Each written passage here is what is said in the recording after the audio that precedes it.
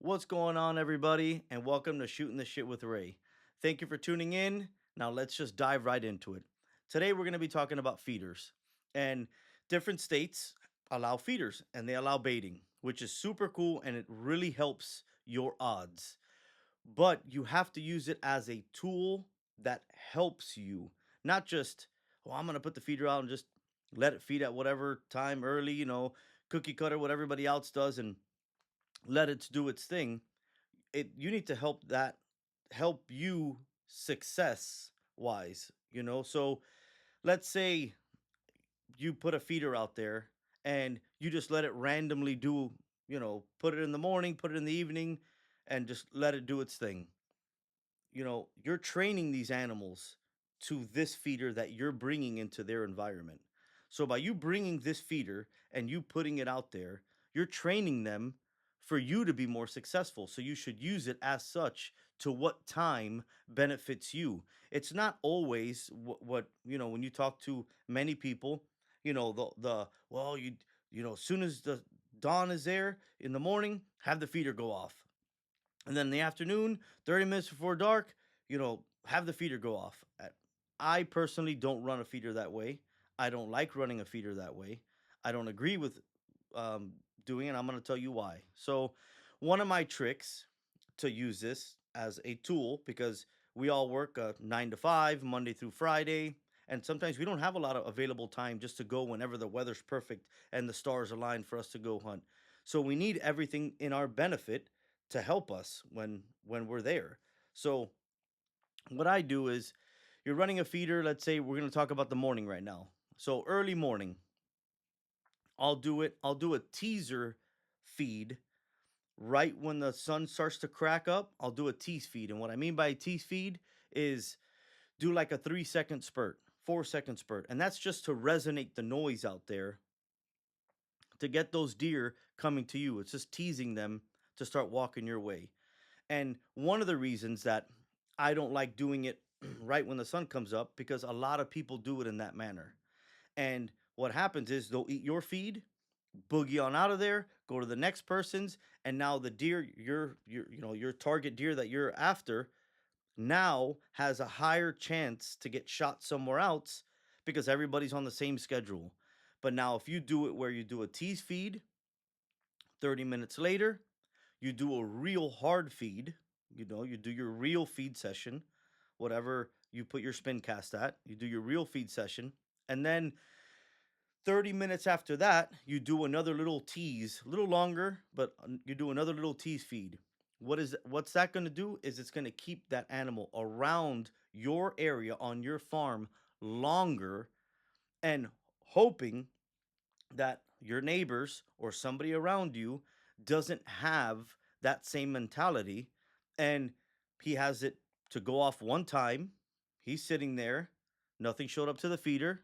Well, I guess nothing's coming today. He got down, but they're going there. They're just going to go there late because you're training them to stay at your spot longer, because you're enticing them little by little. You're not doing a full feed 3 times, but you're doing a tease feed, your full feed, and then another tease feed.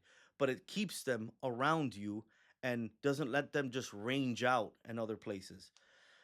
Another thing. So a lot of the times we'll run a feeder, you know, usually if nothing comes to eat the feeder at a certain time, 10 o'clock, whatever it is, we get off the stand, we go back to the house or wherever we're at and hang out until the afternoon. Now, if you're in a state that has hogs, what I like to do is, I don't like to harvest the hog in the morning, and I don't like to harvest the hog in the afternoon if there's target deer that I'm after, because there's no need to put unwanted pressure and make them a wiser. So what I do is I'll actually run a feeder, a specific feeder or whatever you have at noon, 12 o'clock, noon. The reason I run it at 12 o'clock noon, usually there's not a bunch of deer out unless it's a full moon, but usually, it's kind of quiet at that time. But those hogs, you can train them that at noon, they'll go to that feeder and they'll eat. What does that do for you? It extends your hunt. You get to go in, have a little breakfast, come back in, sit at 12 o'clock, harvest a cool hog, take him back. Nobody knew what happened. Nobody's the wiser. Everything's easy peasy, no stress on the feeder, and that's what this is about, is not putting stress on your feeder, on your core hunting area. Now, let's fast forward to the afternoon. So afternoon hunts, what I've seen a lot of people do is they will do it 30 minutes before dark. They'll run the feeder 30 minutes before dark. Here's the problem. Those big mature bucks, they've played this game. They're old. They've seen multiple deer go down at a feeder situation. And what they'll do is they'll stage in the shadows, let the dark fall. Hunting's over. They come out, eat all the corn. So, what I like to do is an hour and a half, an hour, whatever it is, hour and a half or an hour, you just got to see your circumstance, but at least an hour before dark, have that feeder do its full feed session. Full feed session. Yes, they're not all just going to bulldoze out because it's still light out. But what happens is now you're playing with his mind. You're running it so early that the couple times that he's gone, when you change that time, there's been no food there. All the does have eaten it. So now you're tugging on his stomach strings, like, dang it, I gotta get out there before all these does eat this. So now by doing that, you're kind of enticing him and forcing him to move in the light a little bit sooner. Also, sometimes what I'll do is that 30 minutes before dark, I will run a tease feed again. 2 seconds. Get the noise out there. Really, really tug on his hunger and make him want to come out. And a lot of times that has really helped. You definitely don't want to feed too close to those, last slide and right. You're kind of you're hurting yourself and you're training those deer to move at dark instead of making them want to move during the day and using this as a great tool for yourself. Hey, everybody, I would like to take a quick second here and say thank you to my sponsors. First of all, I would like to give a big thank you to Tacticam cell cameras. I have been using them for 4 years now and have countless number of success stories using their cell cameras. They have absolutely changed the game. If you haven't checked out a Tacticam cell cam, you will not regret it. Also, I would like to give a big thank you to Weaver Custom Calls. He makes custom turkey calls and they are outstanding. I mean, the guy is part turkey, so definitely go check out Weaver Custom Calls. I would also like to give a big thank you to Dirty South Taxidermy. He's mounted a lot of my deer. He mounts all kinds of animals. Go check out Dirty South Taxidermy. Now let's get back to the show. Speaking about that same thing is don't always hunt that feeder. If you only have one feeder to hunt, but let's say you're sharing it with you and your wife or you and a buddy and you guys are both hunting this one feeder spot. Really contemplate and think about maybe hunting the trails leading to the feeder. And the reason I say that is because you don't want to burn out that feeder. You don't want to put that much pressure on that specific spot, on that specific feeder. You don't want to put all this pressure into it. And now the deer don't want to come to it, or they turn nocturnal and they come at night. But if you burn a trail going to the feeder, they're just going to change the trail. So then you could change a trail.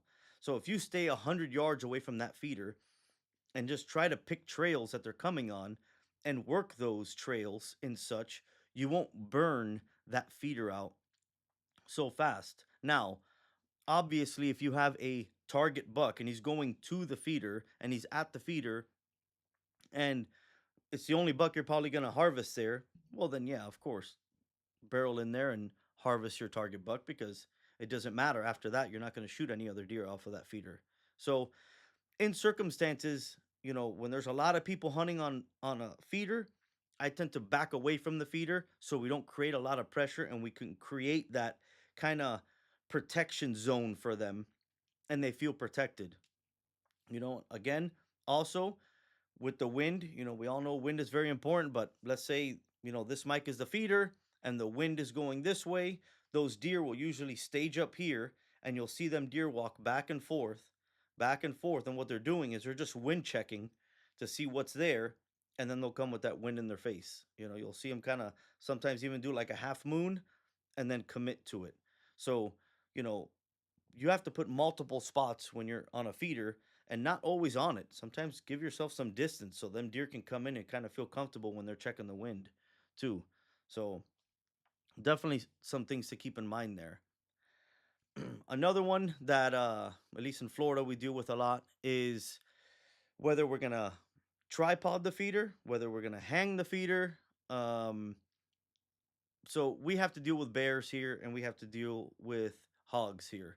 So those big heavy hogs, if you have a tripod stand, they'll lean on that post, on that leg, and sometimes they'll bend that leg, fold the feeder over, corn everywhere. It's great. I've dealt with it quite a bit. Or those bears will come, that motor's right there. They hit that motor right off the feeder, and they just sit under the corn like Niagara Falls and just let it rain on them. Got tons of video of those too. So I tend to not favor tripods. And we have to deal with a lot of water here too. In Florida, we have the swamps, and other states have same issue. So you can't really have them on tripods. You want to hang them. So I've seen all kinds of hanging. I've seen cables with PVC pipes. So if the bears try to get it, the PVC pipe spins and they can't climb it. I've seen it with a boat winch bolted to a tree or to a post, and then it goes to a block, and then you can lower and raise the feeder up and down. So those are all great things to utilize. You don't always have to just put them on the ground. Um, Now talking about spin cast feeders and in the air. So situation with that is I get asked all the time, would you run a gravity feeder or would you run a spin cast feeder? I'm gonna say if finances allow you, run them both. The reason I'm going to say run them both is my experience over time has been that the mature bucks will go to the gravity feeder. And you'll see all the does and the young bucks on the spin cast, and then you'll see the mature bucks eating out of the gravity feeder. And they just don't want something hanging over the head, I guess, or I don't know, because you go to Texas and usually the buck that's standing under the feeder, like literally the tripod, the buck that's standing under the feeder is usually the mature buck. He's, made his dominance present. That's his place. He's under the feeder. That's the mature deer. Here, the mature bucks really don't favor those spin casts so much. They will gravitate to the gravity feeders. But now, you want to say, okay, well, how do I make that deer create a habit that I want with a gravity feeder that's going to feed them all the time? So there is gravity feeders that do open at a certain time and close at a certain time. There is a few. There's one with wings that open and close. There's a few of those. The way I use them is personally I use the Boss Buck gravity feeders, and those gravity feeders, what I'll do is in the summertime or all year long, I'll run that gravity feeder, but I'll never turn the spin cast feeder off. And I'll just do it just 4-second spins in the morning and 4-second spins in the evening. And the reason I do that is because I never want them to not know what that is. I want them to get used to hearing that spin. I want them to get used to that. So I keep the gravity feeder out. I keep that going. But now, as the season grows closer, I will wean them off of the gravity feeder and then turn up the spin cast feeder till eventually season is almost there. The gravity feeder no longer has feed in it, and only the spin cast has feed in it. And it's because I'm training them to move at a certain time. I just don't want them to be able to come whenever they want. But now if you don't have nocturnal deer and they're only moving during the daylight, well then you don't have a problem. Keep the gravity feeder rolling. So it's really, every situation I've noticed has its own tactic that you want to go with. Now, feed, what I've seen a lot of people too is they get locked to only corn, corn, corn, corn. I only need to feed corn. There's so many other things we can feed them. Nutritional value, corn in the cold raises their body temperature a little bit, but has no real big nutritional value to them. But you can put soybeans, you can put sunflowers, you can put corn mixed with, protein pellets or other mixtures. There's so many things you can do to really give your herd, to get a healthy herd. You can really supplement so much from that. So And also, speaking about things, a trick that I've seen is, and it works really good, is if you have bears and hogs and they're eating all your feed when it comes out, if you do sunflower seeds, the bears won't mess with your sunflower seeds, and the hogs won't mess with your sunflower seeds. And the deer and all the other animals will eat the sunflower seeds. And it's worked out great. It is a little bit more pricey, so there's a certain time you should use it, not the full length, but it does play a good part. And definitely really contemplate on giving these deer a little bit more of a mixture. And remember, when you're thinking outside of the box like this and giving these deer something more, how many people around you are doing that extra little bit? So how much more is that going to benefit you by giving that extra little bit? And speaking about the extra little bit is, I get questioned all the time, if if I had to pick, would I do, a feeder, mineral, or food plot? Which one would I do? Again, if finances allow and the farm allows it, I would do all three. And the reason I would do all three is for this example. Feeding has its position, mineral has its position, and food plot has its position. And what I mean by that is you feed them early in the season, you can feed them year round. So we're going to get to the whole year round thing now after this, but so you can feed them and you always have constant food, whether Mother Nature rains or drought situations and the food plot doesn't grow or whatever. You can always sustain food there for them having a feeder. Gravity or spin cast, you can sustain the food there. But now, food plot, you can target their stomach with a food plot. You can actually target them. So, in all these different states, they have different things that you plant. So, one of them is like turnips and radishes. So in the states that gets nice and cold, those turnips and radishes turn to sugar and they will gravitate to that sucker December, January, February. I mean, they will be all over those turnips and radishes, all over it. But what did I just do? I targeted specific months that they're really gonna really lock in on those food plots. So now I know, okay, I have this month targeted with this, I have this month targeted with this, and I have this month targeted with this. And when it comes to food plots, you really need to ask yourself, okay, what's my available food source around me? What do I have? So, there's really no big destination food sources. So I will be, kind of providing the main food source. If that is the case, that you're providing the main food source, contemplate making your food plot twice as big. Make your food plot big because you're going to have heavy browse. What happens with heavy browse is you'll go through all the work, everything, plan all your food plot out, and it'll rain, everything will go good. You'll come back and be like, man, it's not growing. It's growing. It's just you have so many deer that are eating on it now that they're just nipping the tops off as it's going. So, yeah, it's not going to grow. They're just mowing it down before it could even actually get going and create tonnage. So, you might have to rope it off, or you on the next flip is you have a destination food source. So now you're not trying to sustain the food of these deer.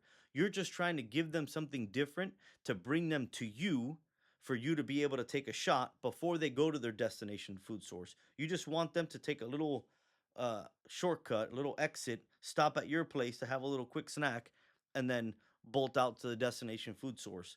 So in that manner, you do not need to put such a big food plot. You could put a smaller food plot and then just hang your hat on that destination food source, but you're just giving them something different to come to you.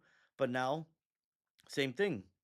December, January, February, those colder months, that ag or whatever's out there is probably gone, probably all eaten up. So they're all going to fall back on your food plot. So I always say try to go a little bit bigger than you thought you wanted to do on your food plot and then kind of really weigh it out from there, but not always when you see it, it's not growing. Doesn't mean you did something wrong. It really could be that they're just mowing it all down faster than it can really go and they're just killing the plot before it could even get started. Now, mineral has its own play, right? So I love mineral all year long. And there's so many minerals out there. I mean, there's mineral out there that literally takes ticks, fleas, and flies away from deer. There's out there. I've seen it. I mean, it's amazing stuff. It'll take the ticks, it'll take the flies, it'll take the fleas. They won't have anything on them. There's mineral out there that fights CWD and sicknesses and helps them inside and healthier herd and helps their horns grow faster. There's so many things that you can supplement these deer to have a healthier herd by giving them mineral. So that's why I say I would do all three of them. Now, mineral, yes, usually about September, mid-September, they'll kind of just they're done with the mineral. They'll be finished with it. But then, later on in the year, December, January, you'll see them go back to the mineral because they're so depleted from the rut and running and chasing that they need those minerals back in their body. So you'll see them go back to those mineral holes to help them out. Their body will tell them, hey, we need some more of that. Let's go back over there. So definitely a great thing. Now, when it comes to feeding, I always say if you can, try to run your feeders year round. And I understand if you can't do it, you can't do it. Um, and even if you could just run it one time a day. And the reason I say that is because 99.9% of the people do not run their feeders year round. So, what are you doing to your farm by running it year round? You're giving them a sustainable food source.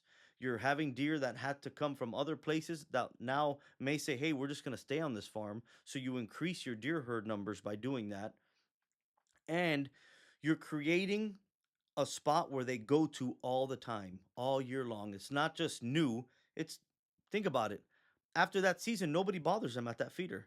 So they have so much confidence. They are so comfortable going to that specific spot year round where nobody bothers them that compared to if you started it 2 weeks before season, they're like, they're still vibing, getting used to it like you're getting used to it. So it makes a huge difference running your feeder year round. It makes honestly a very, very big difference. And like I said, you could even run it just one time a day, and doesn't have to be very long, just to get some good food on the ground to keep those deer there and keep them eating.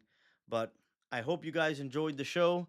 I enjoyed bringing it to you. Please drop some comments, ask me some questions, or maybe I left something out that you have a tip or trick, that would be awesome to learn. Hit that subscribe button. And until the next time, we will shoot the shit another time, guys. Thank you so much for watching. Take care.